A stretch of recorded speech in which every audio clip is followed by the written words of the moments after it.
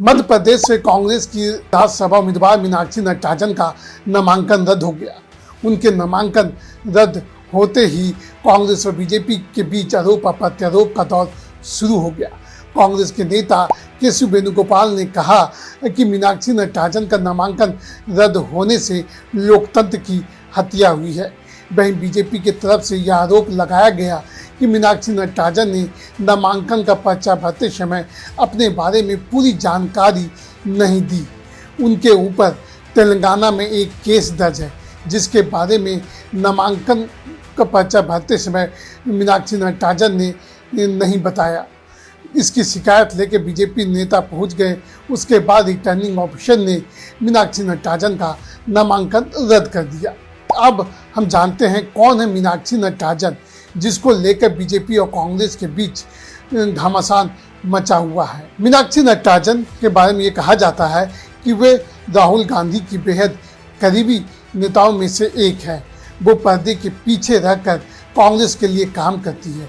वो live time या media के सामने कम आती है। वो ज़्यादातर पर्दे के पीछे रहकर कांग्रेस के लिए रणनीति बनाती है, संगठन पर काम करती है।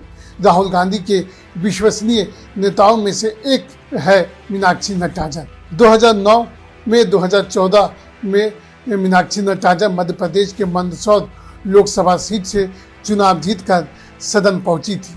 कहा यह जाता है 2004 में जब राहुल गांधी औपचारिक रूप से कांग्रेस में शामिल हुए थे, तब उनके इर्द गिर्द जो नेता थे उनमें से एक मीनाक्षी नटराजन भी थी। 2007 में जब राहुल गांधी को ऑल इंडिया कांग्रेस कमेटी का महासचिव नियुक्त किया गया, तब मीनाक्षी नटराजन को NSUI में सुधार की जिम्मेदारी दी गई थी। फिर 2008 में राहुल गांधी ने मीनाक्षी नटराजन को ऑल इंडिया कांग्रेस कमेटी में सचिव के पद पर नियुक्त किया था। 2009 के लोकसभा चुनाव में राहुल गांधी ने खुद मीनाक्षी नटराजन की पैरवी की थी और मंदसौर से लोकसभा चुनाव का भी लड़वाया था और चुनाव जीती भी थी।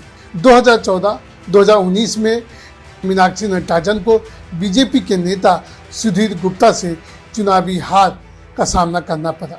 जब मीनाक्षी नटराजन का नामांकन रद्द हो गया, तब उन्होंने आकर अपनी प्रतिक्रिया व्यक्त की। उन्होंने कहा कि सत्ताधारी पार्टी बीजेपी के पास संख्या बल नहीं है, फिर भी उन्होंने अपना तीसरा उम्मीदवार चुनाव में उतार दिया। इस तरीके से बीजेपी संविधान और लोकतंत्र को कुचलने वाली राजनीति कर रही है। बीजेपी लगातार राज्यसभा चुनाव में हेरफेर वाली राजनीति करते आ रही है। आपको यह वीडियो कैसा लगा कृपया कमेंट करके बताएं और हमारे चैनल को सब्सक्राइब करें। धन्यवाद।